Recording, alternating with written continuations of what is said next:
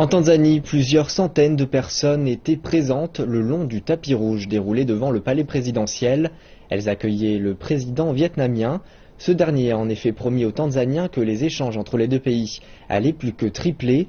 L'accord signé entre les deux nations vise à encourager les entreprises. Le président tanzanien John Magufuli a d'ailleurs déclaré que son pays devrait s'inspirer de l'exemple vietnamien.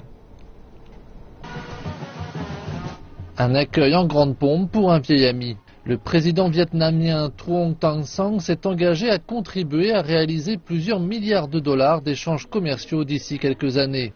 À ces mots, le président Magufuli n'a pu cacher sa satisfaction. C'est la première fois que vous venez en Afrique et vous venez au bon moment. Dès le début, je vous ai dit que la Tanzanie avait beaucoup à apprendre de votre pays.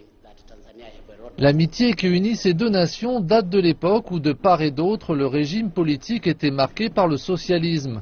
Mais aujourd'hui, la Tanzanie veut comprendre comment le Vietnam est devenu l'un des premiers exportateurs de la planète.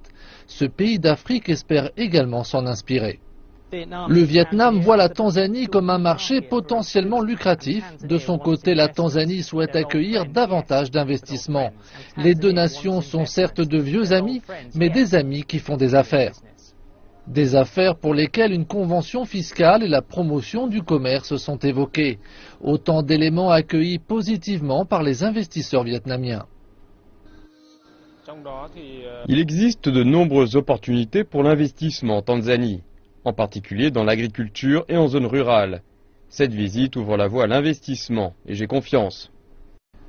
Le président Magufuli a rappelé qu'à une certaine époque, la Tanzanie avait offert des plants de cajou au Vietnam. Aujourd'hui, le Vietnam est le plus grand exportateur mondial de noix de cajou. La Tanzanie souhaite que cette fois, le commerce issu de ses propres plants fleurisse sur le territoire national.